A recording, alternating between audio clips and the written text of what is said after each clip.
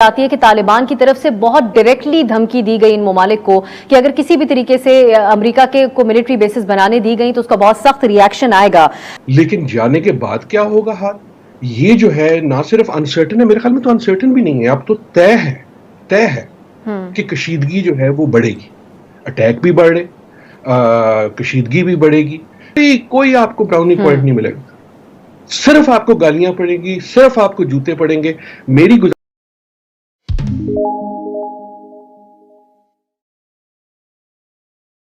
High guys, جے ہند.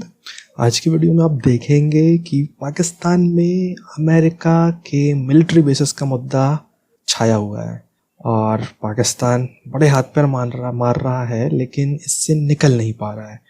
اور اسی کڑی میں اب پاکستان کو طالبان کی طرف سے ڈائریکٹ دھمکی ملی ہے، جس میں طالبان نے صاف کہہ دیا ہے کہ اگر پاکستان امریکہ کو ملٹری بیسز دینے کی سوچتا بھی ہے تو نتیجے پاکستان کے لیے اچھے نہیں ہوں گے اور پاکستان پر بام بلاسٹ اور اٹیکس کا دور دوبارہ بھی آ سکتا ہے، جس کے بعد پاکستان میں اور پوری پاکستانی میڈیا میں خوف کا ماحول ہے.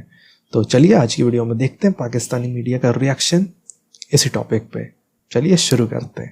بات چیت ہوگی امریکی فوج کے افغانستان سے انخلا کے بعد کیا صورتحال بن سکتی ہے افغانستان کے لیے، خطے میں کیا تبدیلیاں آ سکتی ہیں، امریکہ کیا سوچ رہا ہے اور پاکستان کے لیے مستقبل میں کیا ہوگا. اس ضمن میں ڈاکٹر عادل نجم صاحب ہمارے ساتھ موجود ہیں. بہت بہت شکریہ ڈاکٹر صاحب، آپ نے وقت نکالا پروگرام کے لیے.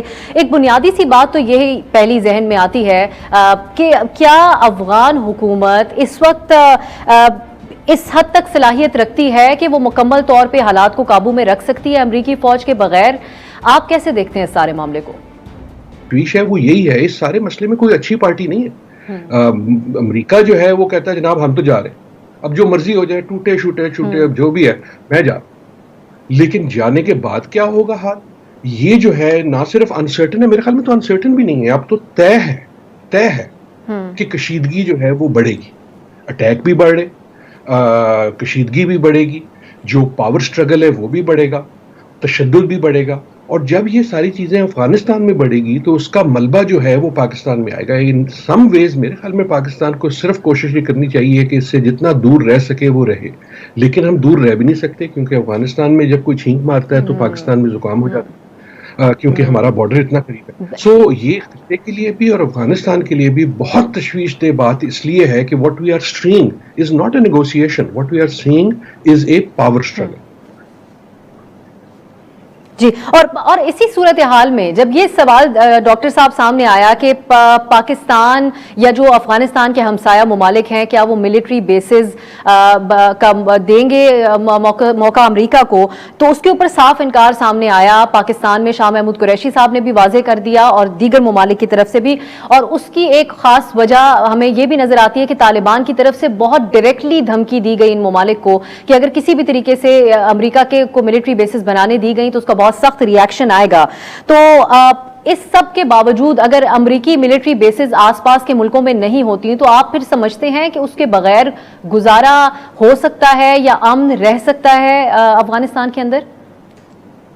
دیکھیں، گزارا ہونے کا سوال یہ ہے کہ کس کا گزارا ہو سکتا ہے. امن رہنے کا سوال یہ ہے کہ امن آخری بار آپ نے افغانستان میں کب دیکھا تھا؟ آپ ماشاءاللہ جوان ہیں، آپ کی زندگی میں آپ نے کبھی دیکھا ہے؟ میں نے تو نہیں دیکھا.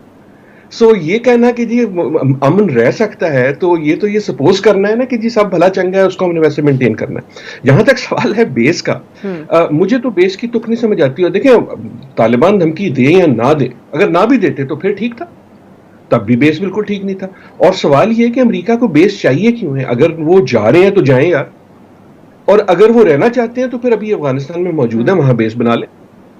دوسرے ملک میں کیوں بنا لیں؟ اور دوسرے ملک میں بنائیں گے پھر ان کے پاس کوئی دوسرا چارہ نہیں ہے. وہ ایران میں تو نہیں بنا سکتے جب تک ان کے اپنے تعلقات ایران سے ٹھیک نہیں ہوتے. دوسری طرف پہ چین ہے، روس ہے، ان کی سیٹلائٹس ہیں. تو سوال یہ ہے کہ اگین میں پاکستان کی حد تک جو بات کرنا چاہتا ہوں وہ یہ کہ پاکستان اس میں فریق نہیں ہے اور ہمیں ثابت یہ کرنا ہے کہ ہم فریق نہیں ہیں. ہم اگر مدد ہو سکتی ہے ضرور کریں گے. یہ کریڈٹ بھی نہیں لینا چاہیے کہ جی ہم نے فلانے کو کنونس کر دیا کہ آ جاؤ.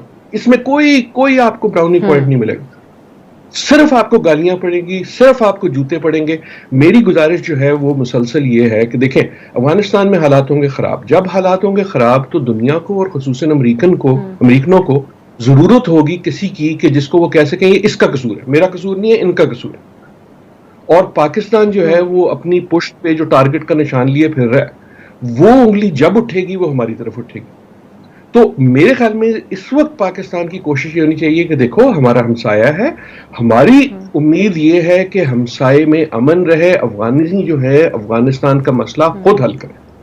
ہم اس میں فریق نہیں, کیونکہ آئی کین بیٹ یو کہ جو اصلی چیز ہوگی وہ یہ ہوگی کہ کشیدگی ہوگی. جب کشیدگی ہوگی اس کا نہ صرف ملبہ بحیثیت بصورت اٹیکس, لیکن اس کا جو بلیم ہے وہ آلریڈی آپ واشنگٹن میں دیکھ رہے ہیں کہ جناب وہ پاکستان نے نہیں کیا اس لیے یہ خراب ہو گیا, ہم تو ٹھیک ٹھاک چھوڑ کے آئے تھے.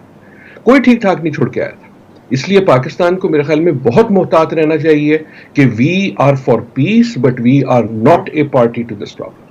اور میں اگر ایک بالکل سچی بات کرنے کی اجازت دیں, اگر یہ معاشی کی جو ہے ہڈی جو ہے دکھائی جاتی ہے اور پاکستان یہ سوچتا ہے کہ یار اگر وہ معاشی وہاں مدد ہوگی تو ہمیں بھی کوئی 2-4 جو ٹکڑے مل جائیں گے بخشیش کے, تو اس سے بڑی غلطی اور کوئی نہیں ہوگی. نہ تو آپ کو وہ ملیں گے, اور اگر ملیں گے تو اس کی قیمت ہم پہلے کئی سالوں دیکھ چکے ہیں.